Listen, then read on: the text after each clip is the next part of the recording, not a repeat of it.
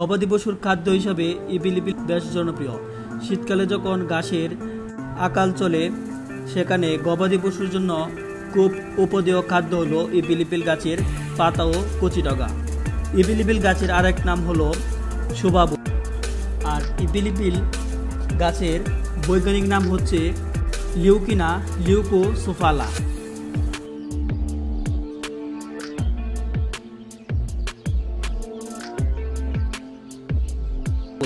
এটি মূলত আমেরিকান প্রজাতি হলেও বর্তমানে ভারতে গবাদি পশু খাদ্য হিসাবে ব্যাপক পরিচিতি লাভ করেছে।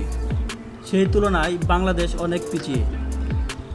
শীতকালে প্রকৃতিতে ঘাসের প্রকট সংকট সৃষ্টি হয়। এ সময় খামারিদের জন্য একটি স্থায়ী সমাধান হচ্ছে ইপিলিপিল। এ গাছের পাতা শুকিয়ে অনেক দিন পর্যন্ত সংরক্ষণ করে গবাদি পশুকে খাওয়ানো যায়। এছাড়া